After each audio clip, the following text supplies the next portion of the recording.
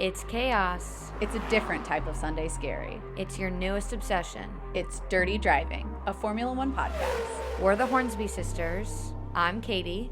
And I'm Megan. Hello, everybody.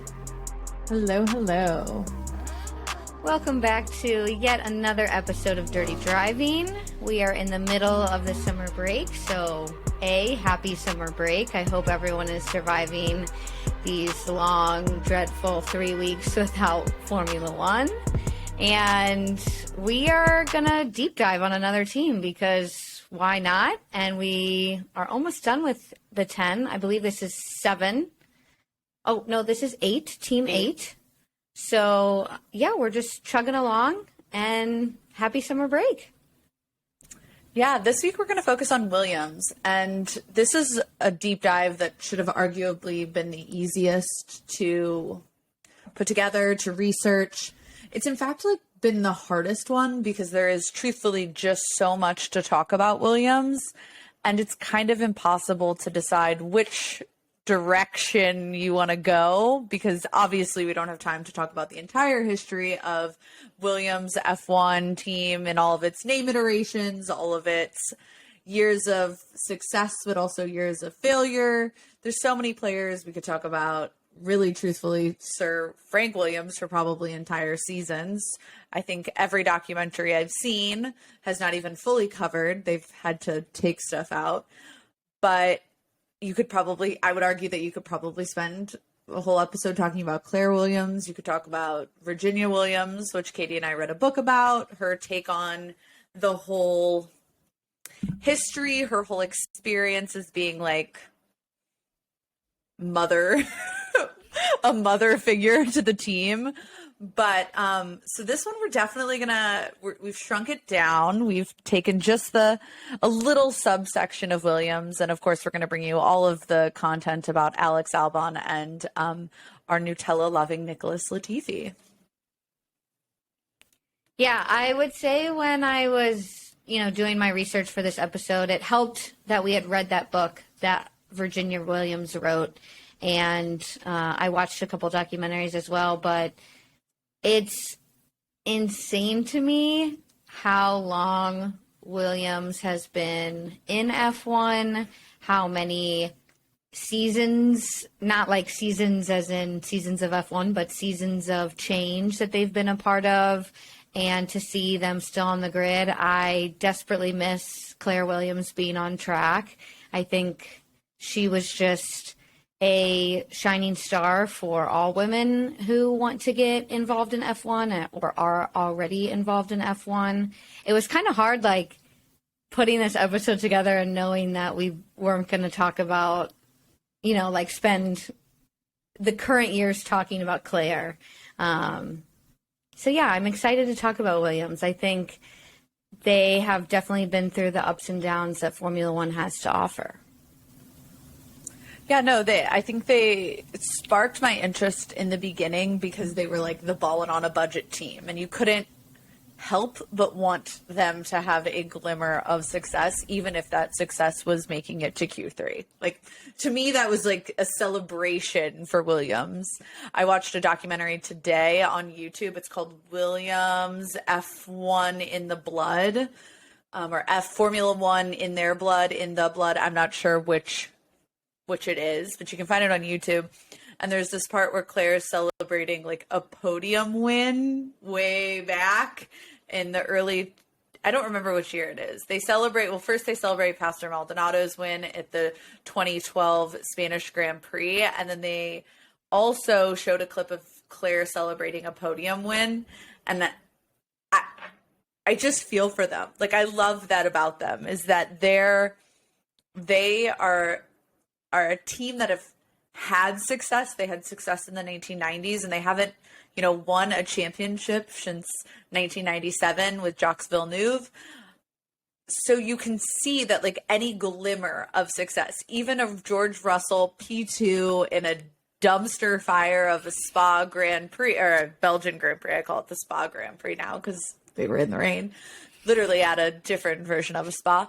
But to them, that's celebration. I mean, I understand why they celebrated why Nicholas Latifi was in Q3 at Silverstone this year. To them, that is success. And I think you can't help but root for a team like that. Even if I have some issues with what's been going on at Williams. Yes, issues to say the least, which I know we're going to talk about later on in this episode, particularly those revolving around said Nutella-loving driver. But we'll save that for later. Yeah, they've been, since we followed F1, they have been in the shitter. I think is the proper way of pronouncing what they've done.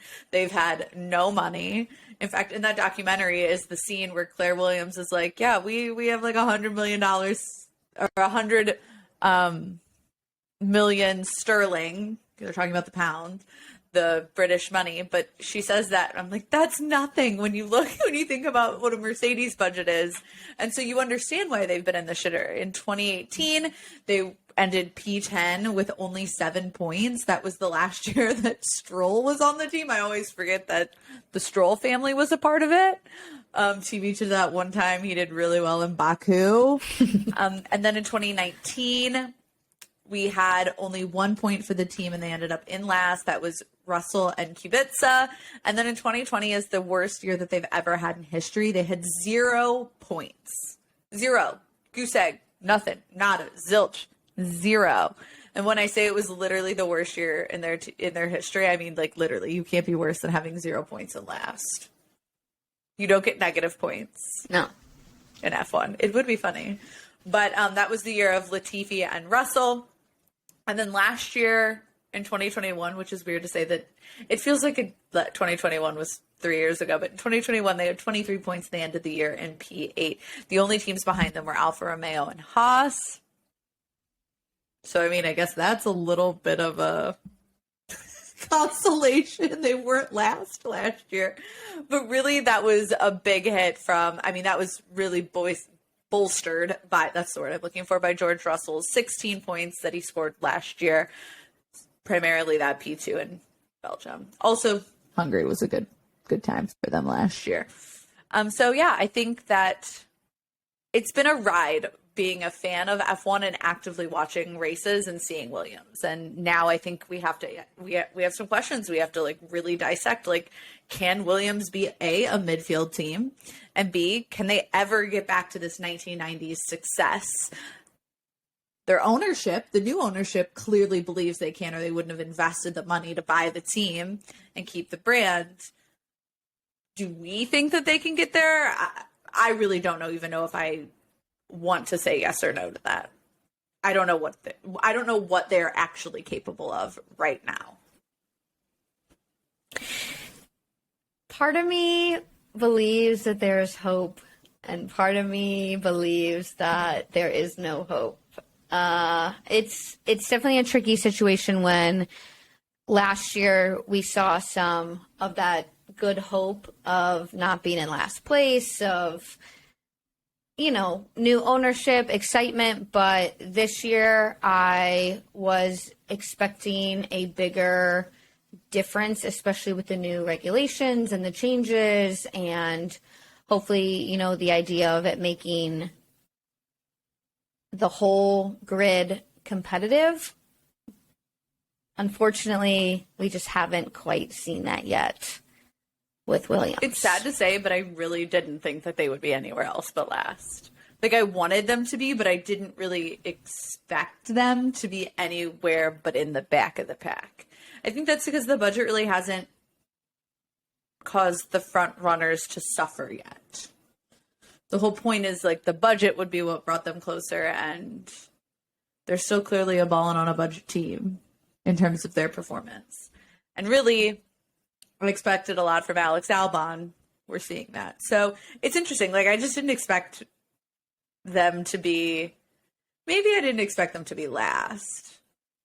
But I can't really say I expected them to be any higher than P8.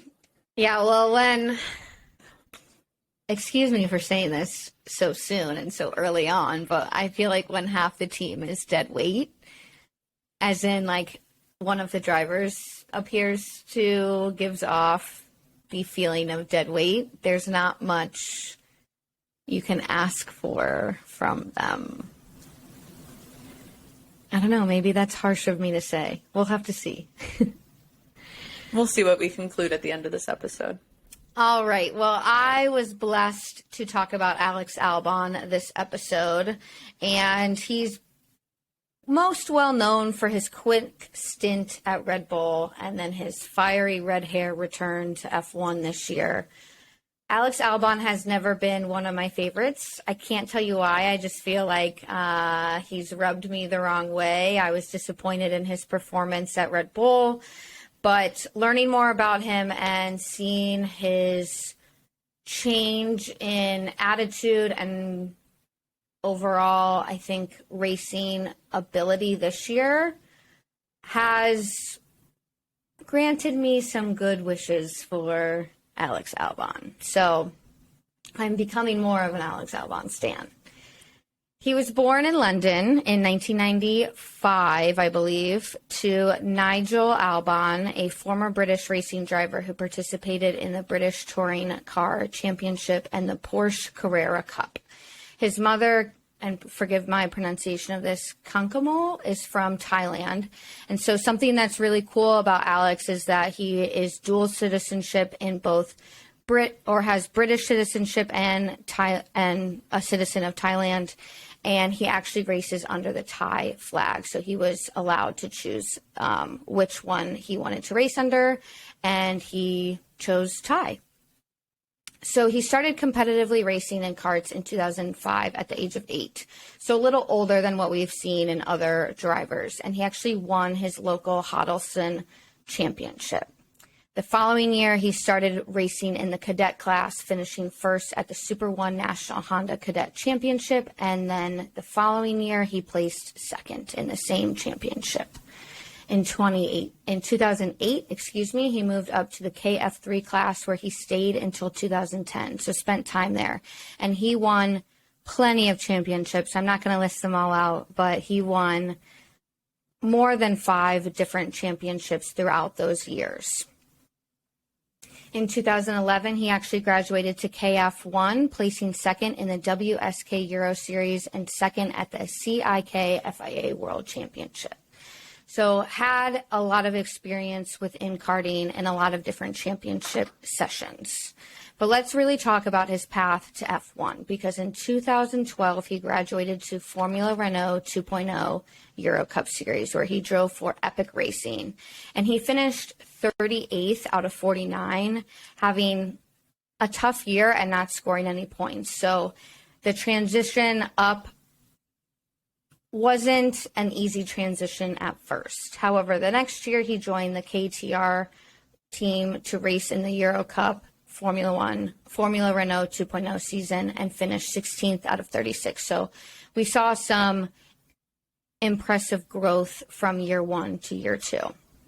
And he actually took fastest lap at the Red Bull Ring, which, he was a Red Bull driver later on. So I don't know. I thought that was kind of cute that his first fastest lap and pole was at the Red Bull Ring.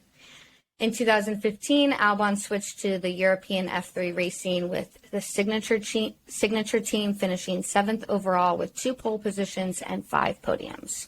In 2016, he raced for the GP3 for Art, claiming 4 wins and finished runner-up to Charles Leclerc.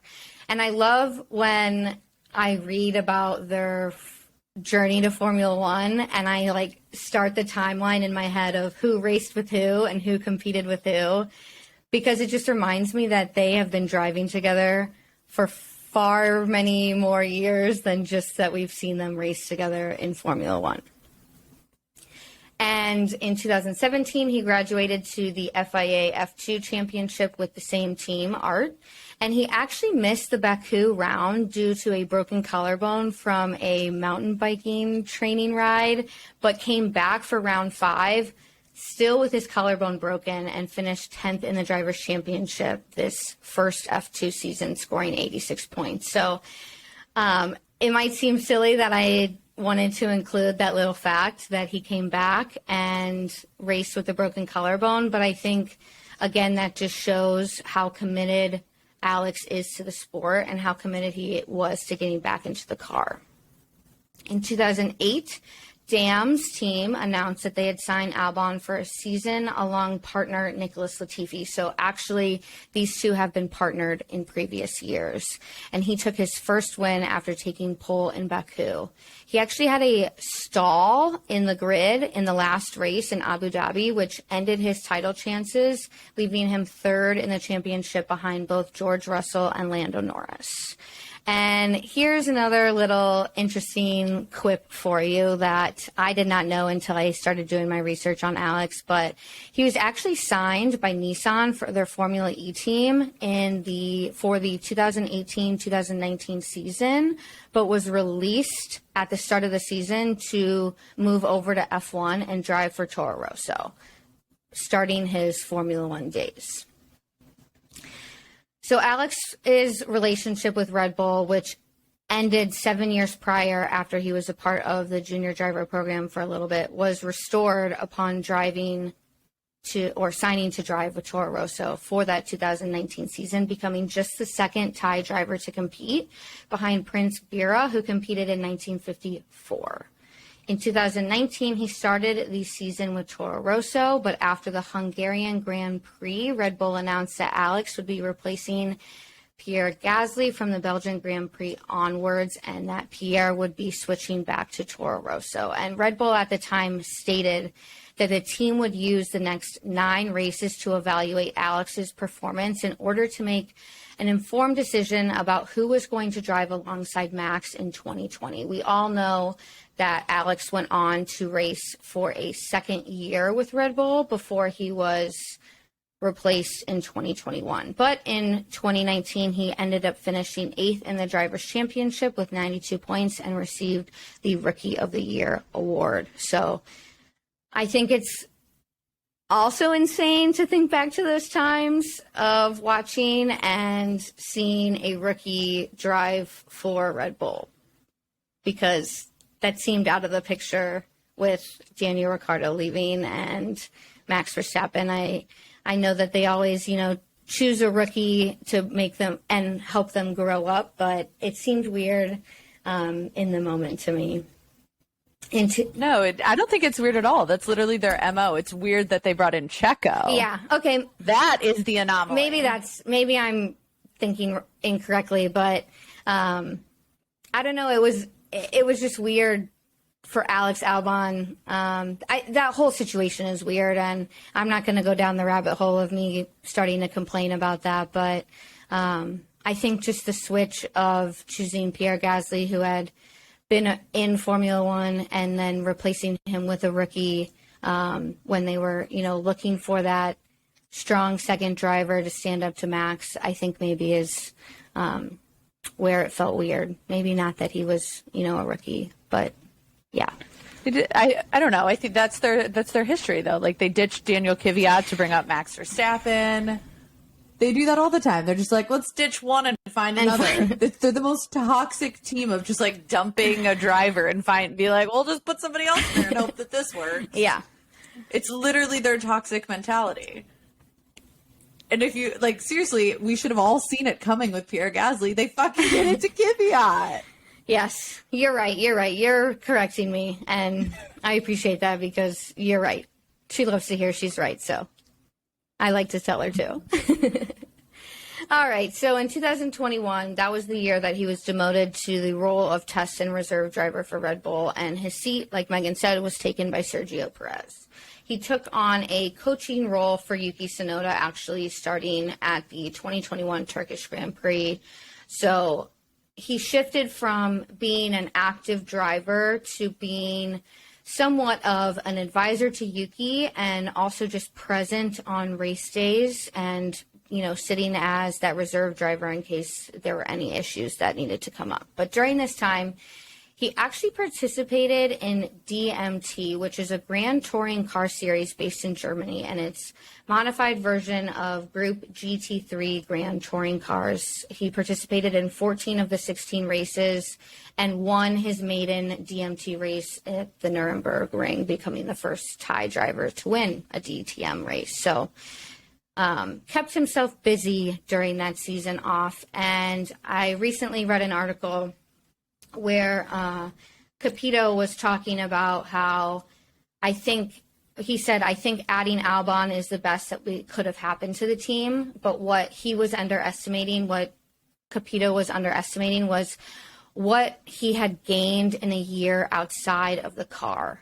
And as he worked with Red Bull, as he was at most of the races, and seeing how the interaction of the driver and the team is, he was better suited to come back and understand how to communicate as a driver to the team and how drivers can impact the team, which is normally something that Capito says that a driver doesn't always understand. So I think when I look at the history of Alex Albon and the shitty circumstance of being pulled up to Red Bull before he was ready and then underperforming at Red Bull and then being replaced by Sergio Perez, I feel like coming back and having a spot at Williams where he can get resituated as an F1 driver and really start to make impacts within the team and, be driver number one compared to his partner.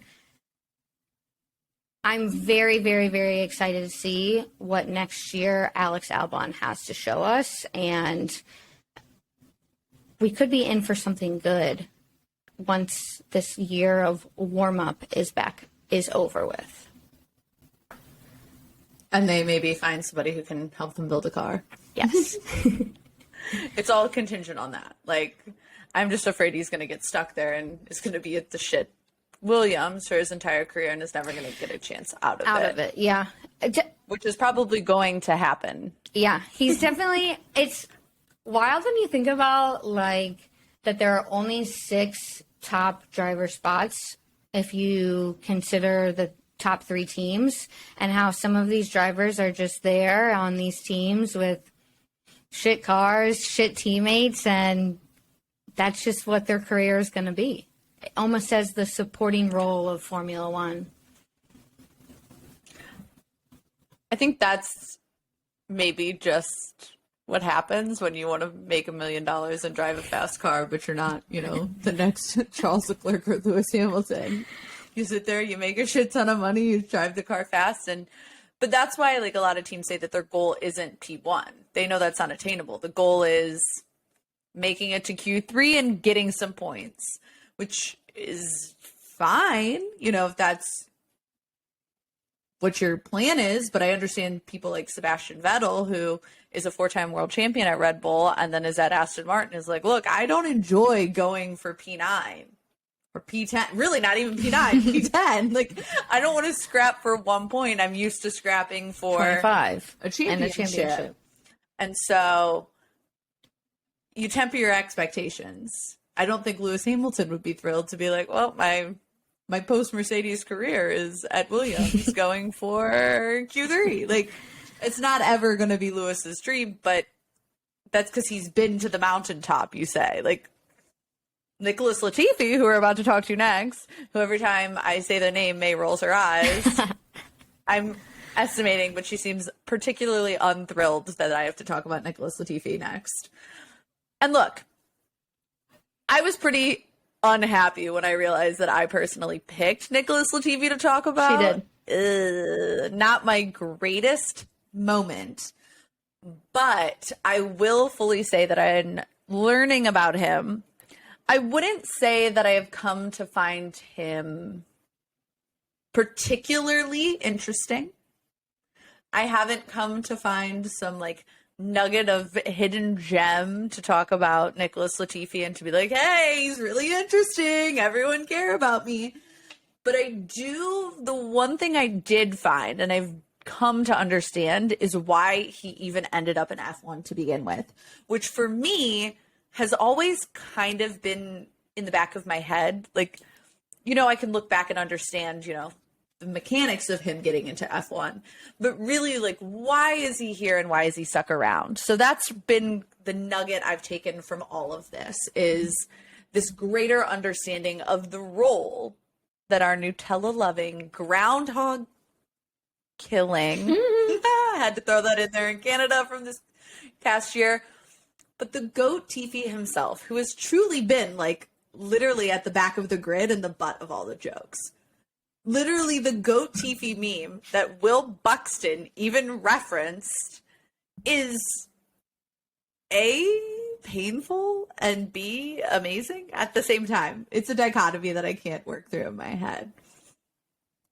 And I will fully admit, I've said this before, I didn't love him. I found him kind of boring. I truthfully did. You know, you would see him in press conferences. He just kind of gets through it as kind as possible. But like I said, I have come to realize and have, dare I say, an appreciation. Whoa. Not so much for him. I don't know if I'm, this is a stretch. I'm really struggling right now. Okay, I have an appreciation for the role that he's played at Williams for 2 years.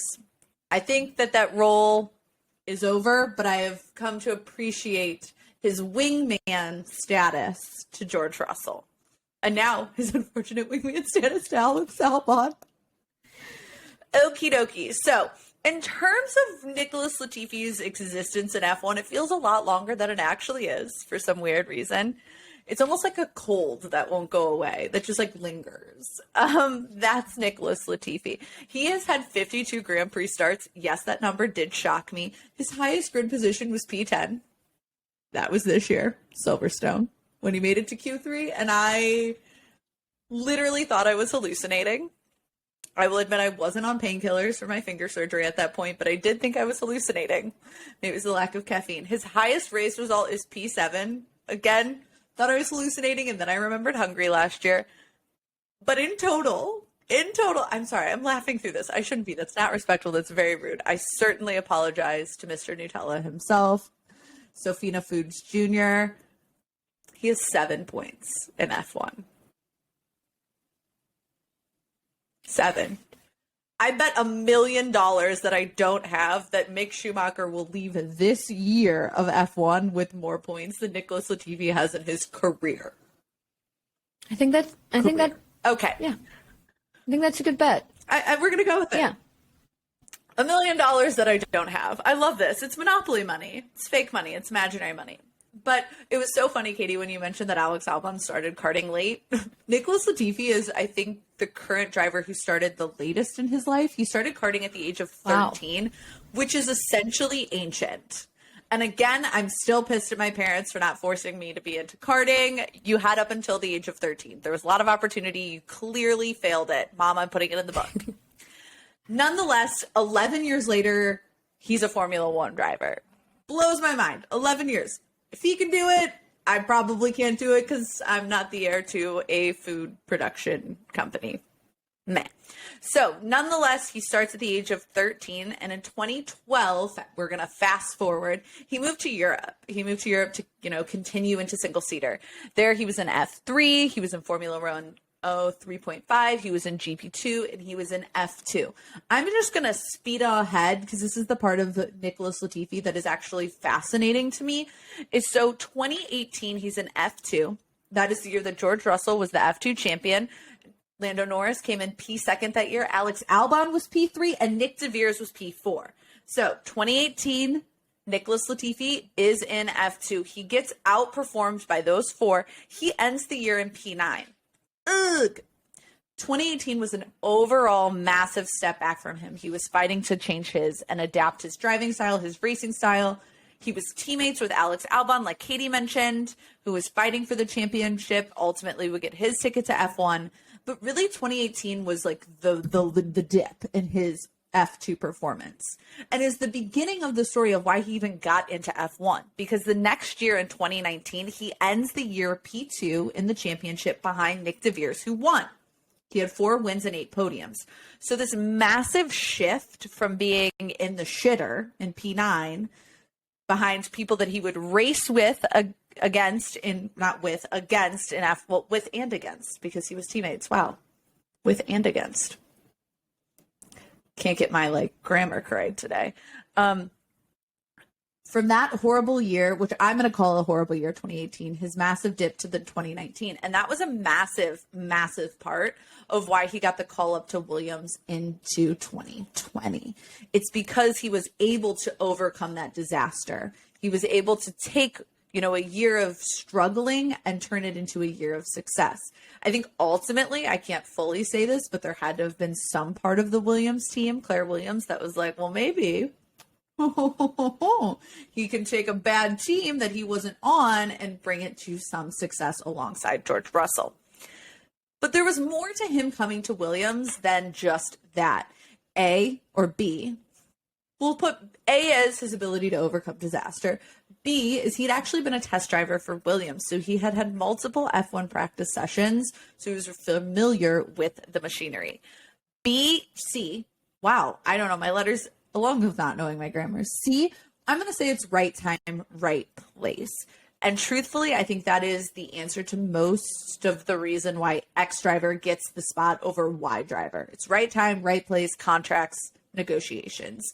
It's not so much, it is obviously talent, but at that level, there were many options potentially for Williams, but it was the right time and the right place for Nicholas Latifi. At the end of 2019, the Williams-Kubica relationship was falling apart, so it was an easy path for test driver Nicholas Latifi to pop in and say, I'm going to be George Russell's teammate. With that comes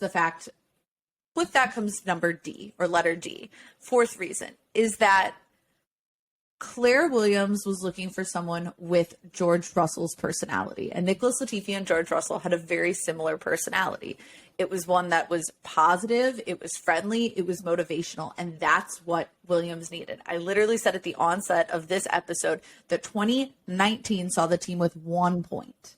So, they're looking for motivation. They're looking for a driver to be able to come in, step into this position, and not just be a Debbie Downer, but be willing to uplift the team at any opportunity they possibly could. The best explanation of that is, and I'm stealing this from some article that I read, and I'm so sorry I don't remember which article it was. It might have been Claire Williams saying it. I'm not sure.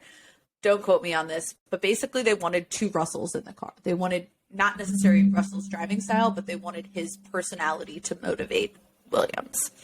Additionally, I'd like to add in, this is E and F, that there were monetary reasons, and I'm going to give letter E, the fifth reason, to be monetary. His father owns Sofina Foods, willing to invest millions of dollars into the team.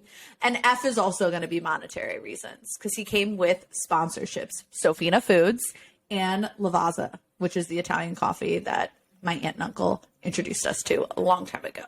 So there were a lot of kind of reasons, but it all culminated into right time, right place. He gets the call up, he's on Williams. And really, this is probably the best career move and the worst career move for him.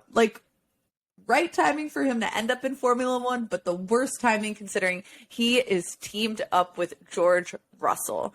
And he spent 2 years at Williams being cast behind the shadow of George Russell.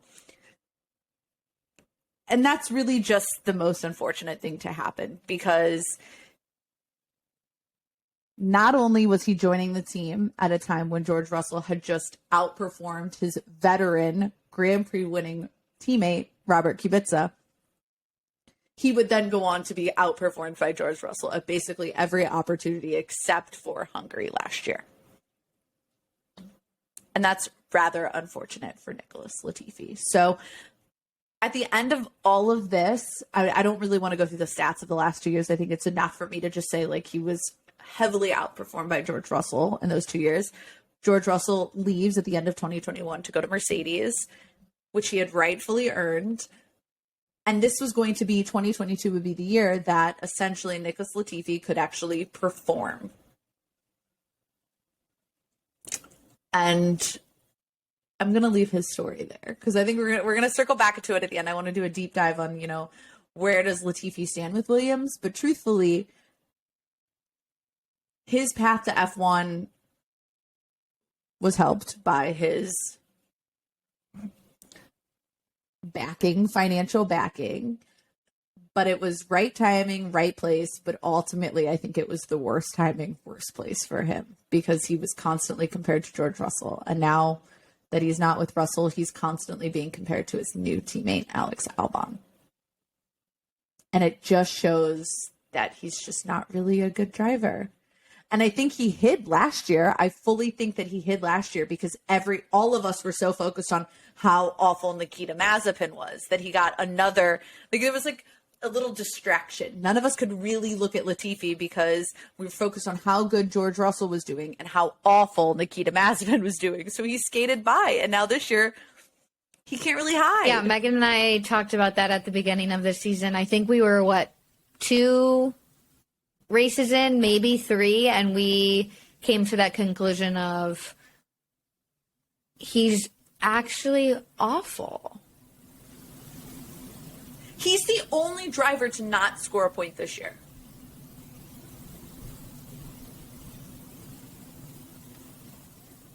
And he started P10 in a race. Granted, there's some other reasons, He qualified on wet tires. Then the race wasn't a wet race. I get it. There's reasons, but all I'm saying is Alex Albon is taking a shit box and scoring some points, and Nicholas Latifi is in the back crashing. We're fully going to do a deep dive on 2022. I'm setting it up. I'm teeing it up now. I'm teeing up my anger now.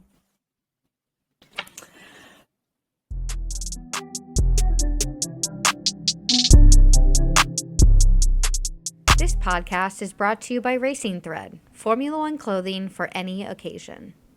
Their clothing features subtle, evocative, embroidered designs for your favorite F1 moments. From Ricardo's Monza shoey to Sebastian's Australian scooter ride. From Lewis's Brazilian comeback to Carlando's round of golf. Whether you're out to dinner with friends, watching the race at home, or cheering in the grandstands, gone are the embarrassing sponsor logos. Instead, Racing Thread is F1 clothing you are comfortable wearing anywhere.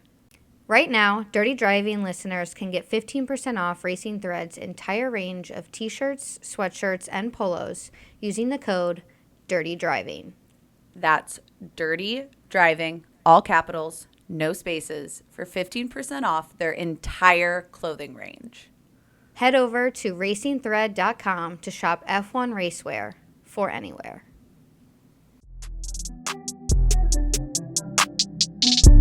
But before we get into 2022, I think it's important that, it's a team deep dive. We need to start at the beginning. So we all know that Williams F1 is a steadfast name in Formula One. I think it's an integral part of Formula One history. I think pretty much everyone would agree with me on that fact. There is a gigantic flashing sign reason why Dorrington Capital decided to put their money into the team, and it's because the value of the team is the name. It's why they haven't changed the name. It's not Dorrington Capital F1 team, or it's not DC F1. It's Williams Racing still. And that value in that name comes from the years, the history, the legacy that was built by Sir Frank Williams. I'm going to say this now. I'm probably going to say it about 5 times as I talk about the history of the history of Williams F1. If you haven't read books on Williams, if you haven't watched documentaries, literally after this episode, finish listening to it first. Google documentary on Williams F1 and watch anything you can. The one I watched, Williams Formula One in the Blood, was great. Katie and I have read Williams, A Different Kind of Life, about Virginia Williams. On my list is a book that focuses on Sir Frank Williams's view of it, not his wife's view of the team and the team's history. I am fascinated by it. And I could probably do a 15-part series about Williams. So today we're going to kind of focus on some of the key players. But once this is over, take the time, look it up, and get a book, watch a documentary, because it truly is fascinating. I don't think I've ever learned or read or studied, researched anybody who is more committed to their passion than Sir Frank Williams. The team was founded in 1977, like I said, by Sir Frank Williams and his partner, Sir Patrick Head, Williams F1 truly represents the last true independent team that today is not so independent. So they were the last steadfast, not run by a corporation team until 2020, which was so sad. It was really a massive blow to the sport. One, to see Claire Williams step back, as she is just a powerhouse, someone I admired, still do, but she was kind of one of the reasons I was so interested in Williams when I first started watching F1. But beyond that, it was sad to see just like an independent family run business sell to a giant corporation. I hate to talk about that because I literally work for a corporation and, I hate being part of corporate America, but it was sad to see that little bit of independence leave. I think it was a blow to the sport. And I don't know, after 43 years of the Williams family controlling the team, it was an end of an era. But like I said, it was built by those two fine gentlemen, and really it was built on their love of motorsport and really Sir Frank Williams' utter determination to not succeed. Double negatives for Sir Frank Williams there. Since their first Grand Prix victory at Silverstone in 1979, they have 114 Grand Prix victories. They have 128 pole positions. They've won 9 constructors. 9. 1980, 1981, 1986, 87, 92, 93, 94. Great year, 96 and 97. They have won the drivers 7 times, in 80 when they won both with Alan Jones, and 82 with Keith laughing. I can't even get his first name out before I giggle. Kiki Rosberg, our buddy old pal Nico's father. In 87 with Nelson Piquet. I'll just make that and not comment beyond that. In 92 with Nigel Mansell, the year they won both as well. Mansell actually, this is so cool, he won the first 5 races of the season, and at the end of the season left for IndyCar. I thought that was cool. I like him. I think he's really cool. We also got to see his car go around the track this year, which was one of his old FWs. I don't remember which year it was. Maybe it was the 92. I don't know. Don't quote me on that. In 93, we saw Alan Prost win. It was his 4th Drivers' Championship, and then he would announce his retirement.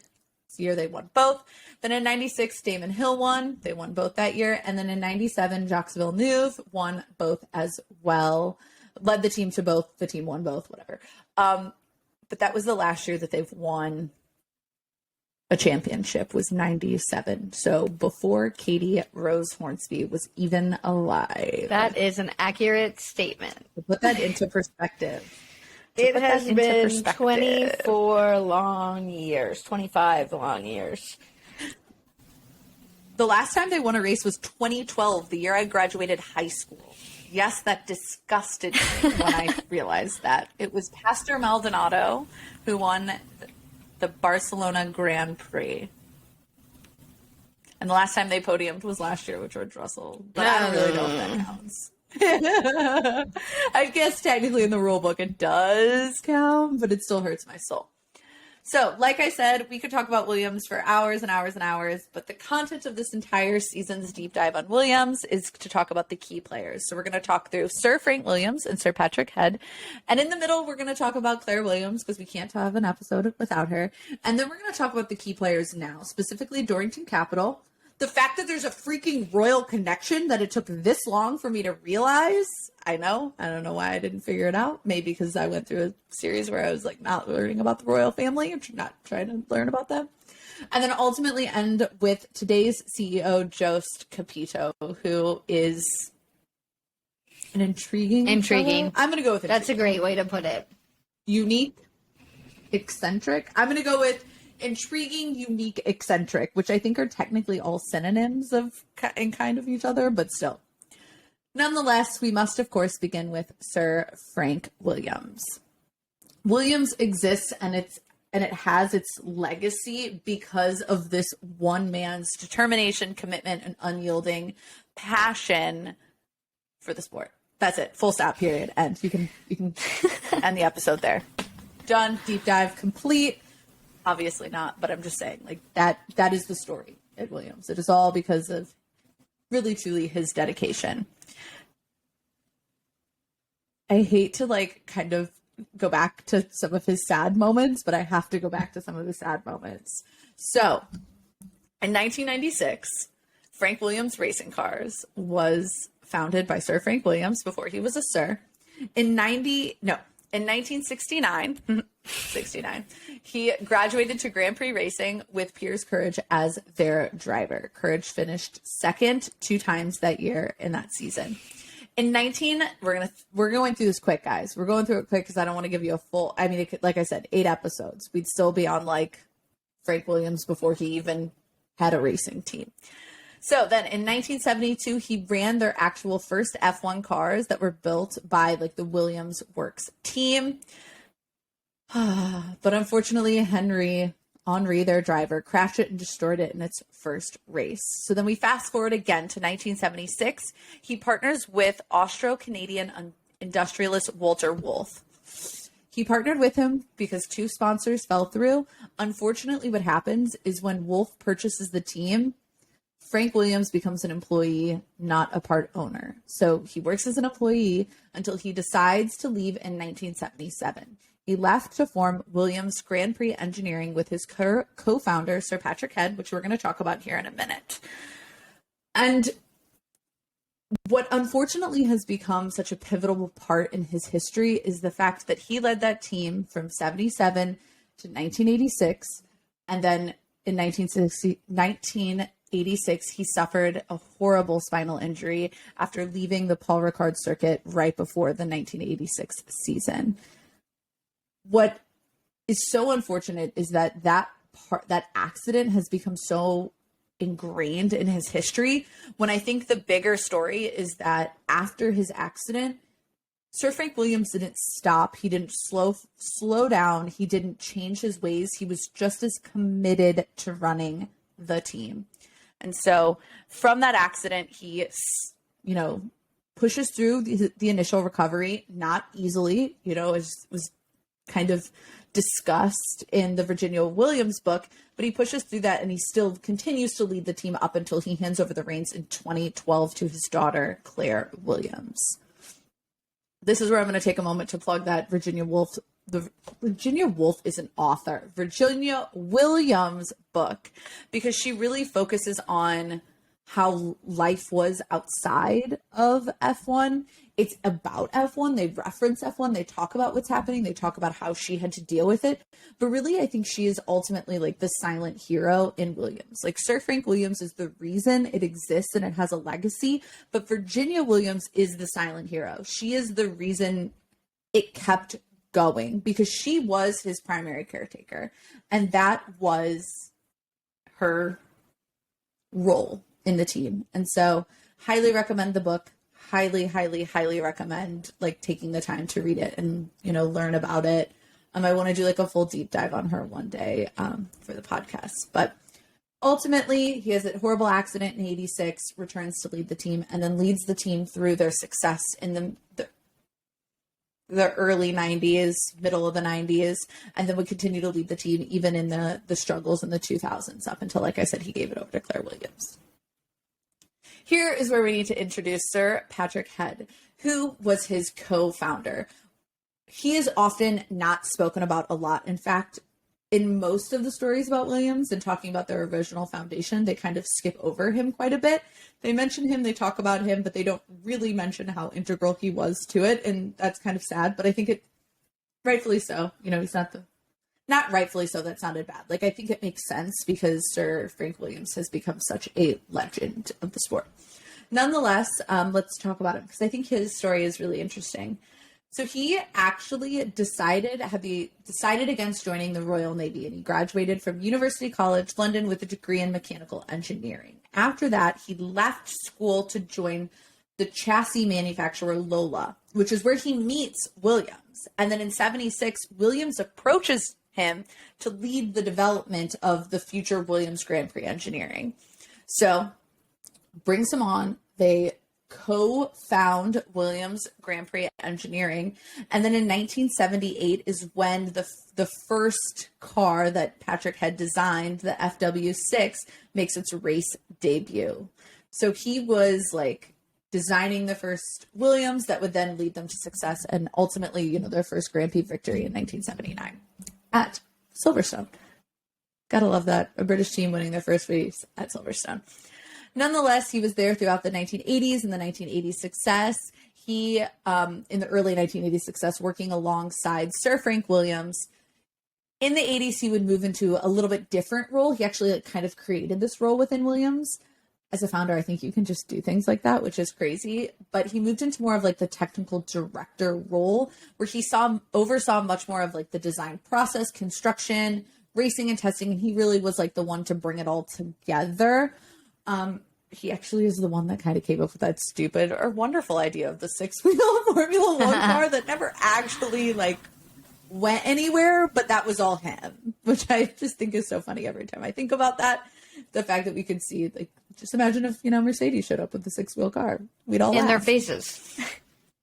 In 1986, after the accident, he was forced to assume a lot of more control ownership of the team until Williams was able to return. And here's where it gets spicy, and I'm so excited to talk about this. In 1990, Patrick Head was the guy that hired engineer Adrian Newey. Yep. He's here. He was at Williams long before he was at McLaren and long before he was at Red Bull. So he actually formed a really excellent partnership with Patrick Head, and they designed outstanding cars. They had 5 constructor titles. They built cars that allowed like Mansell, Prost, Damon Hill, Jacques Villeneuve to win constructors, but ultimately Newey would leave for McLaren and ultimately Red Bull. We're going to put a pin in that because we're going to come back to Adrian Newey. So just get prepared for that. But that's where I'm going to leave that. Ultimately, later on, Head would move into a role of director of engineering. And then in December of 2011, he would actually step down from the board of engineers, which segues perfectly into Claire Williams. These are all the names you need to know. We're going through the heavy hitters. So Claire Williams, she joined the team in an official role. She started out working in the communications office. In 2012, she was appointed to the board, and her position was commercial and marketing director before she would take over the day-to-day operations in 2013 as the deputy team principal, which is wild. To think in 2013, you have a female deputy team principal. She is arguably the most powerful woman on the grid at that time. She was the successor to Sir Frank Williams. She was leading her own team as a female. So I think it's important to give her the massive props for that and being able to navigate like the good old boys club, which is what we always talk about F1 being.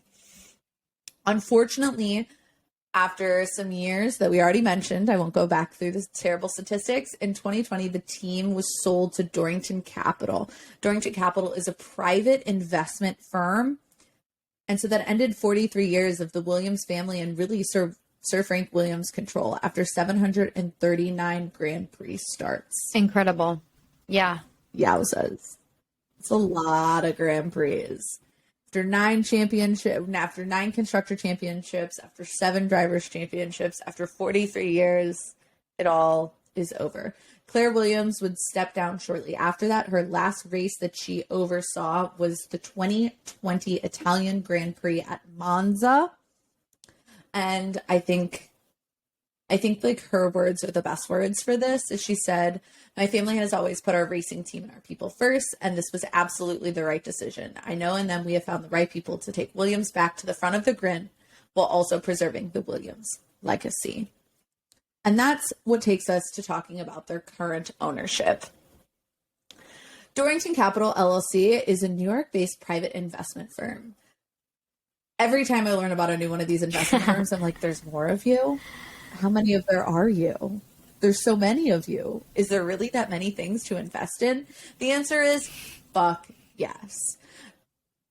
Dorrington came in, they purchased the team with the aim of restoring the F1's team competitiveness. Williams had really fallen on financial problems compounded by the fact that they're at the back of the grid. And if you're at the back of the grid, you get less of the TV rights money and less of the like championship dollars. That combined with a lack of sponsorship, because if you're not at the front of the grid, if you're not performing, no one's seeing the logo, you're getting less TV time.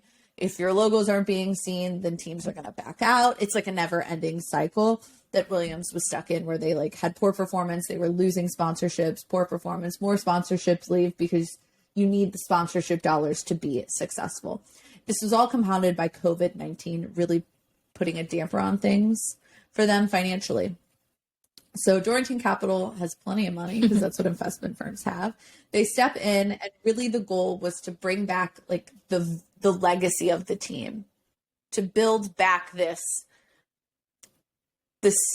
British racing team with the legacy of 43 years of, control by the family, of 9 championships, 7 drivers championships. They wanted to bring back that legacy and ultimately gain sports value, sports entertainment value, which would ultimately translate to revenue for the capital, the investment firm. Wild in here. Now let's talk about who even is Dorrington Capital. Okay, so there's Matthew Savage. He's the chairman, co-founder, but their hedge fund manager that they work with, this is where we have our royal connection. And this is where I'm very intrigued that I've missed this. Megan, God knows, freaked out when she found out. How did I miss this? I think because I just kind of don't care about the royal family, but now I do care, because this is some hot piping tea. So, James Matthew, husband of Pippa Middleton, yes, sister to Kate Middleton, the future queen, he's the CEO of Eden Rock, and Eden Rock is an investment advisory firm that literally works with Dorrington Capital. So, Dorrington Capital is, Williams F1 team, let's go with that. Williams F1 team is basically run by the future Queen of England's brother-in-law. And it gets even crazier with him. He's a former British racing driver. Yep, they never talked about that in the tabloids. Never knew that. He's a co-founder of Eden Rock, this advisory firm that, huge. Again, another investment company that I'm like, wait, there's more of you? I don't understand. He won the Euro Cup Formula Renault Series in 1994. Great year. And like I said, he's married to the future Queen of England's sister. It's also wild in that she's never seen at races. Is he even at races? I would be. If I was him, I'd be at all of them. But he probably has other obligations. I don't know how that works. Yeah. Who knows? I have no idea.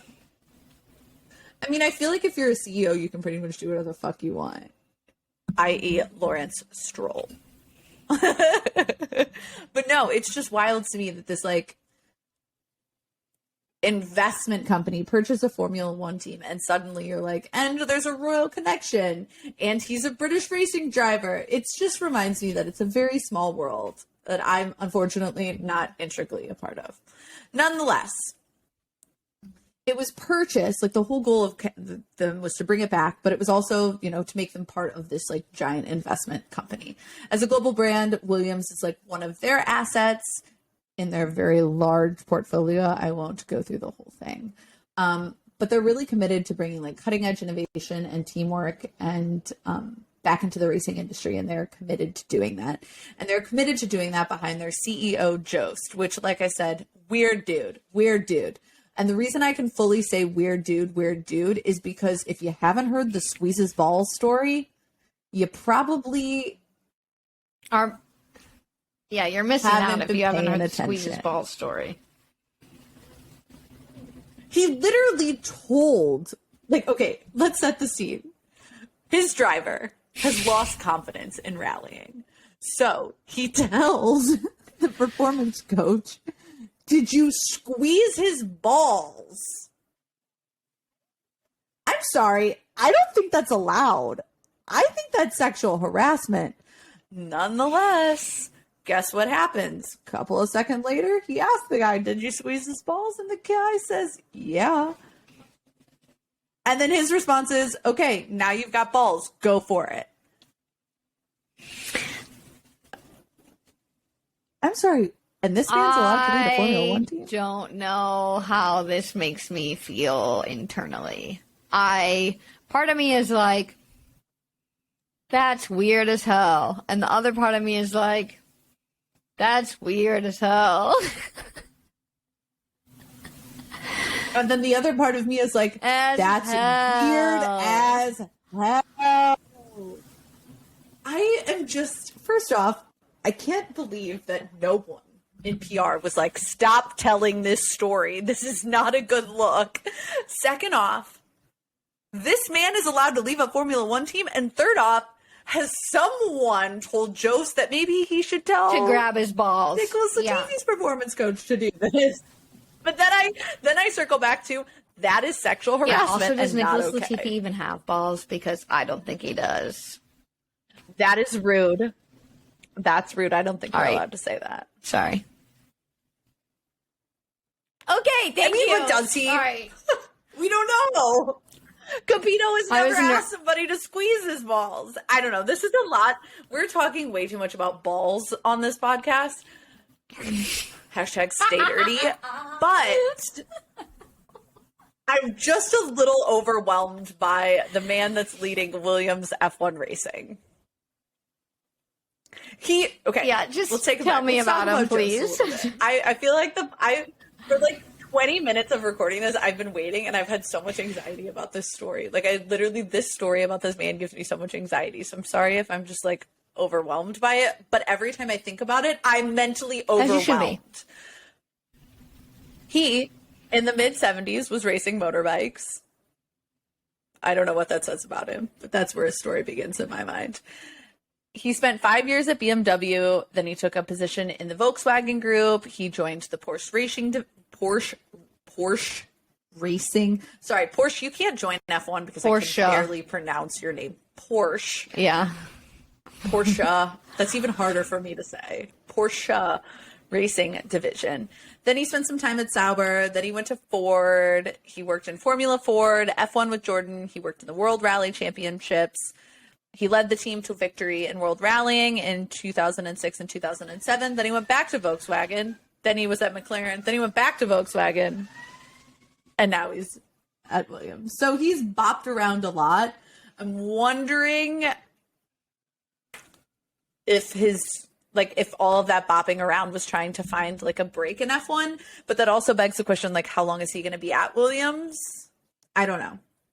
So there's just like a lot with this man that I don't know what to think about. There's really a lot with like Dorrington Capital and Capito that there's just for me to think about. We got a royal connection and we got a CEO talking about squeezing balls. And that's how I'm going to conclude the deep dive on Williams history. I don't even know. This whole section started out at like a high. Like, oh, Sir Frank Williams, a legacy. And I'm ending it on balls. Hashtag stay dirty, baby. Hashtag stay dirty. All right. Let's move on, shall we? Let's move on. Yeah, we'll just move Please. on. So, Megan and I had really no trouble determining what the 2022 main topic section, whatever we want to call this next conversation. Because we all know what we need to talk about. And if you don't, I'm about to tell you. And it's, what does Williams need to do to be successful? Well, if you ask me, it has nothing to do with balls. You're not allowed to say balls another time. I can say it as many times as I fucking want. Okay. When the CEO of the team says some shit like this, I can say whatever I want. Not really, but still. I am not a CEO of a company. I don't think CEOs are allowed to say shit. Yeah, also, you're exactly. I'm going to just bring it back for just a second. I know we moved on, but you're exactly right. Why has no one from the PR team told him to stop? I mean, Katie, the ball story is just as uncomfortable as when he, like, on live television, if you can call it live television in their announcement, basically was like, I had to keep Nicholas Latifi around because he likes Nutella and I like Nutella. That is seared into my memory, which segues perfectly into number one of what do Megan and Katie think Williams need to do to be successful? Numero uno. Ditch Latifi. Ditch Latifi. Done. Hasta la pasta. So you might be wondering why they haven't really done this before. Megan hinted at it earlier, but all in all, it's a little tricky to do so. So It may also just be more simple. I just hit myself in the eyeball. I apologize. It might just be. Sorry, we're overwhelmed by what we've just spoken It might just be simpler to keep him rather than trickier to get rid of him because, as Megan said, Michael Latifi, the father of Nicholas and the owner of Sofina Foods, came on board as a major title sponsor to the Williams team back in 2020, which essentially opened the door for Nicholas to join F1. So his involvement effectively saved Williams from going under.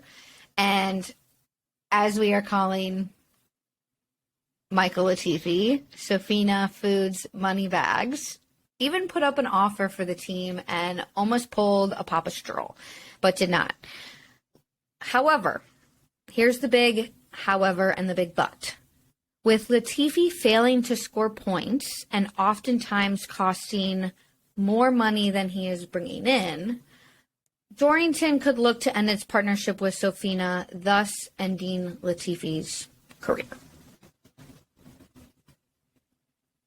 It's his first.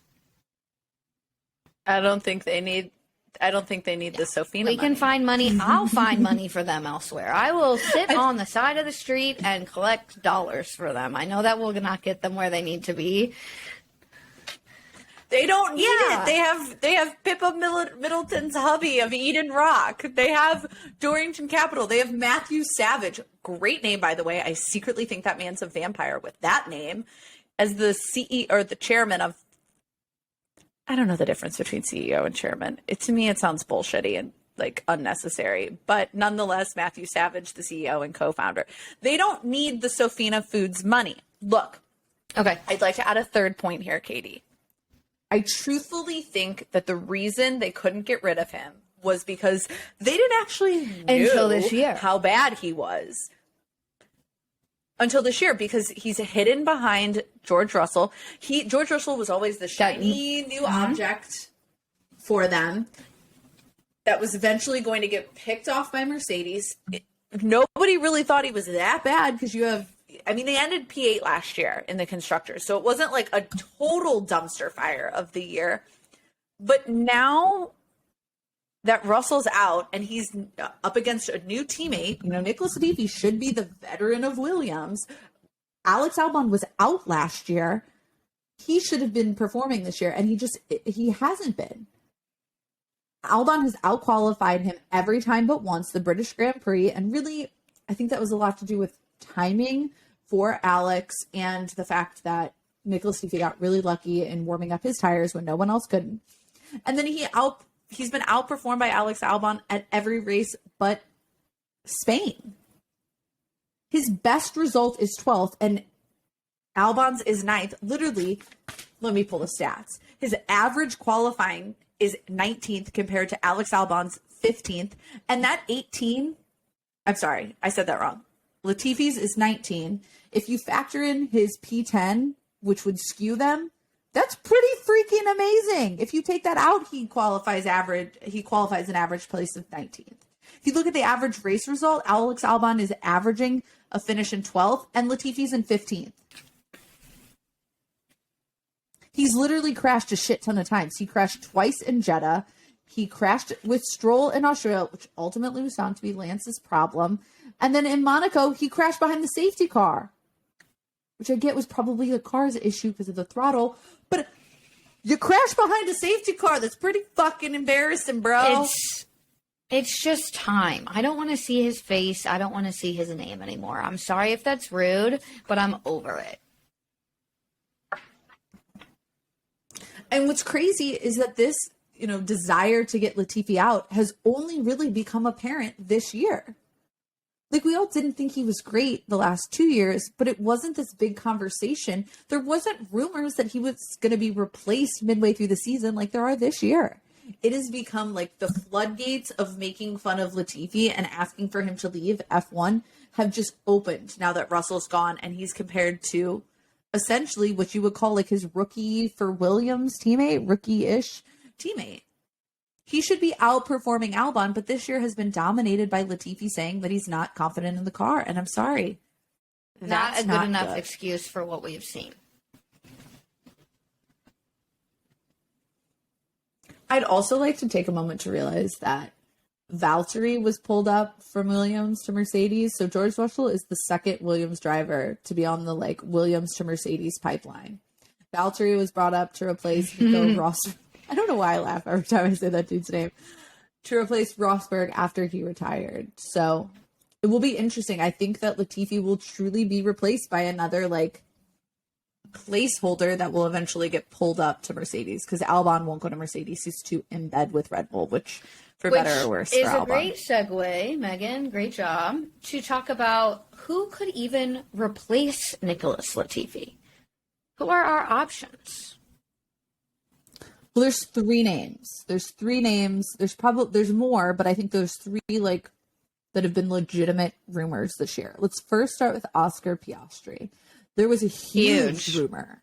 Huge. I mean, tons of articles were written about this, that he was potentially going to replace Latifi mid-season.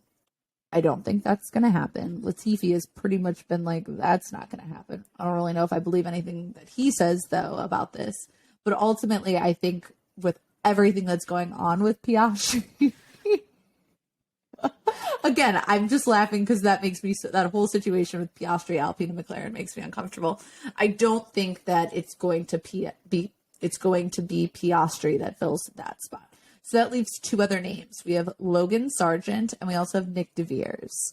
Logan Sargent is an American. I would love to see him on the grid next year, because I'd love to see an American on the grid.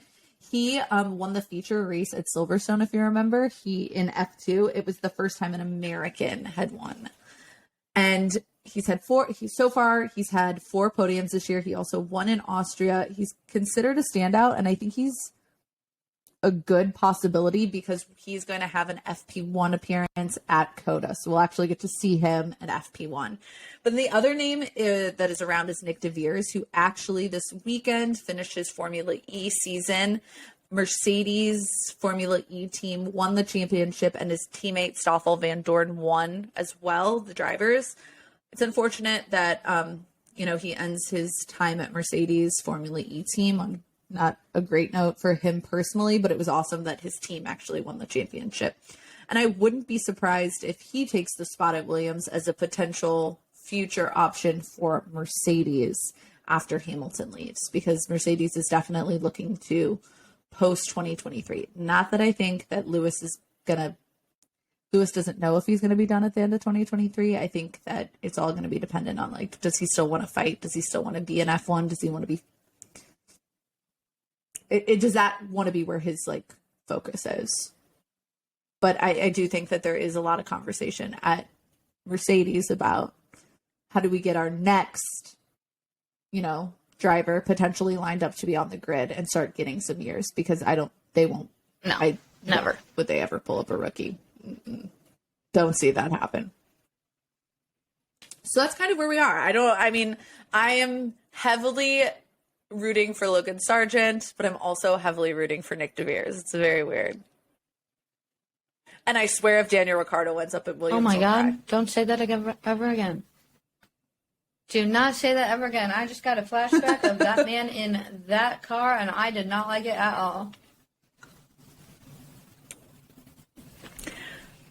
I don't know. Ultimately, I think the second part of this is the most important part of this, and I truly believe that they obviously need a good driver in that seat, but more importantly, they need a good head of aerodynamics. They need someone to push Williams in the direction of developmental success. They have a Mercedes engine. They have a contract with Mercedes, but I'm calling this, they need a new Newey.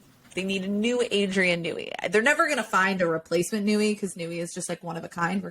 I want to walk through kind of his success here real quickly, but they definitely need someone with like a massive, that's where they need to be investing their dollars.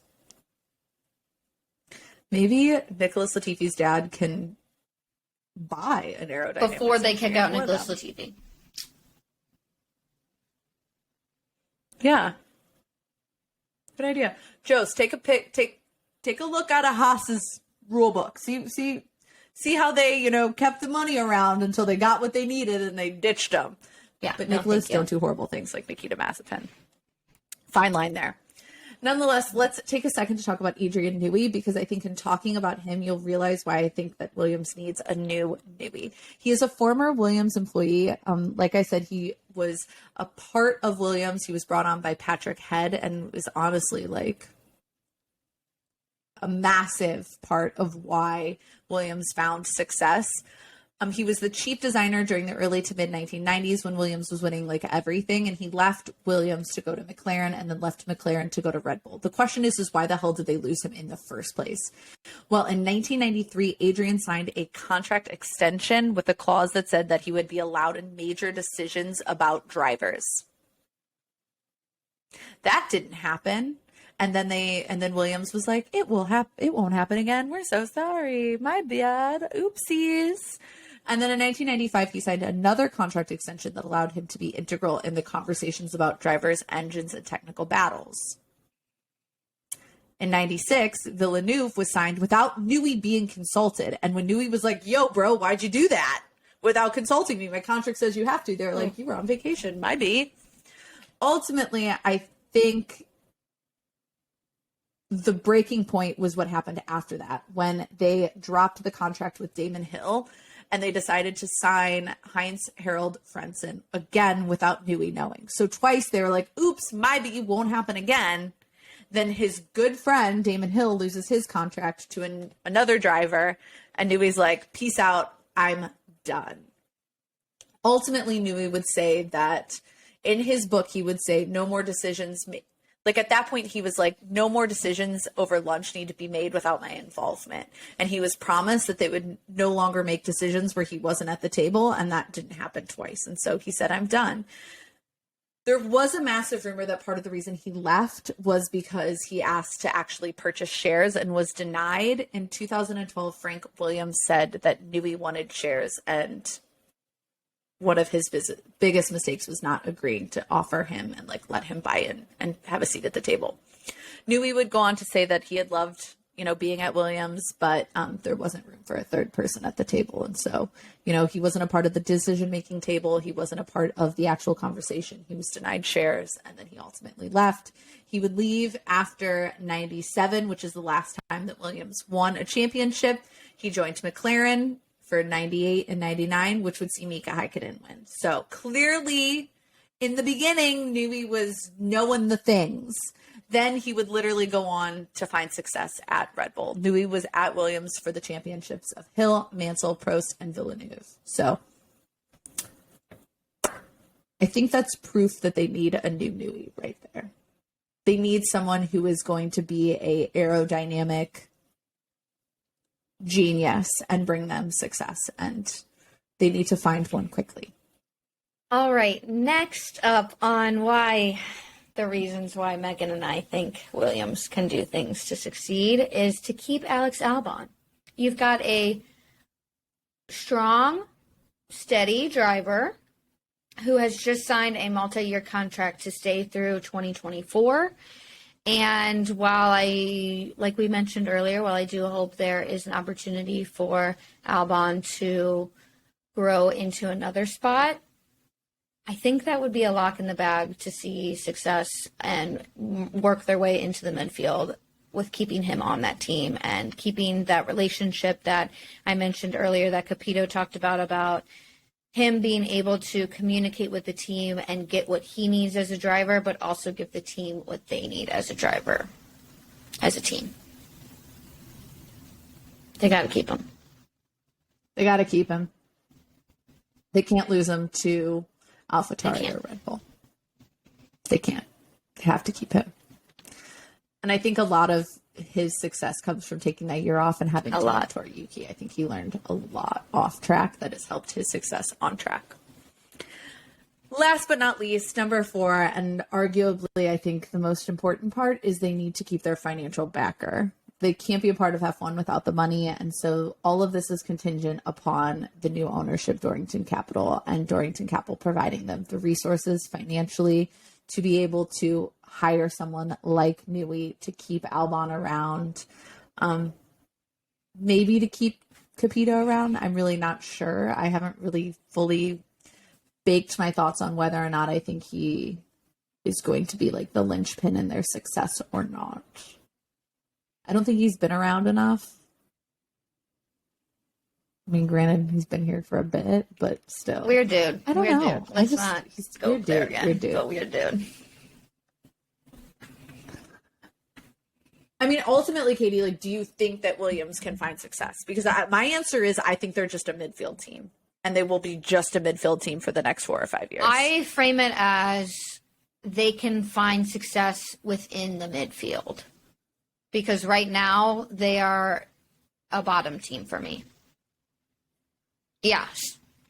So if that's if that's what you totally meant by that, bottom. of like they can find success in the midfield, then I agree with you, and I can see them competing with the AlphaTauris, maybe the McLarens, but we need to see the Megan and Katie plan put into place.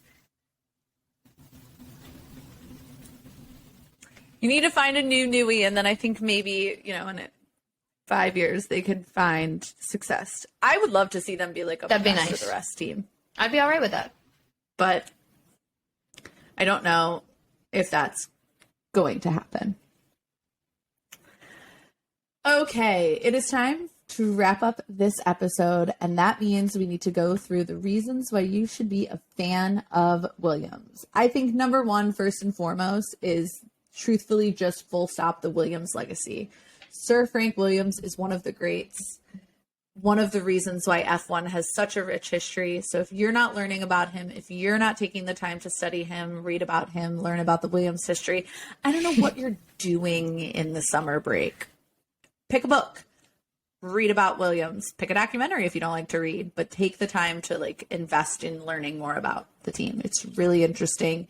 His passion for the sport is unparalleled. I don't think I've ever read about somebody in history who is so passionate about something. So that was really cool to Number to two, get to study him. Claire Williams, one of the few women who has been in that much power on the grid. And I'll say it, I miss her. I said it earlier, I miss seeing her around. I miss having that female energy on track. And I hope that one day we get a book written by Claire Williams on her experience as the lead of the Williams team.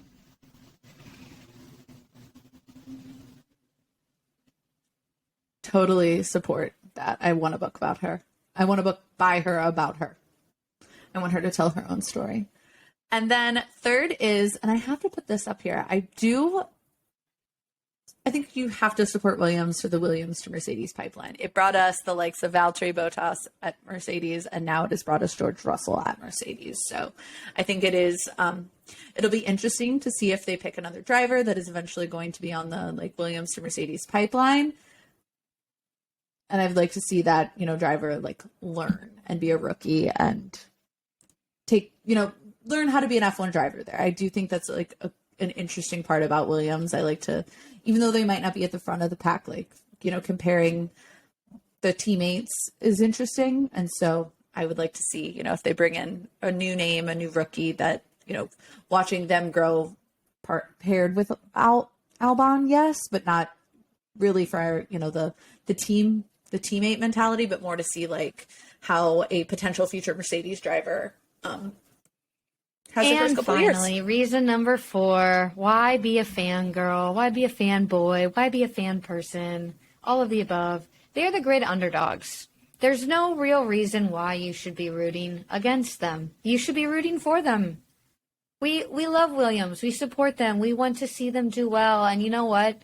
Maybe one day we just might. Hell yeah. No, you got to support them when they make it to Q3. A Q3 performance is as great as a win for them in my book.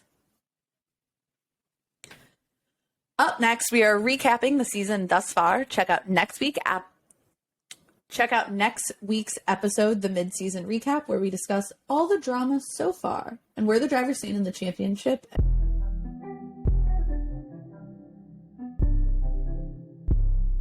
Thank you so much for listening to another episode. Don't forget to subscribe and follow us at Dirty Driving Pod on Twitter and Instagram. Until next time, stay dirty.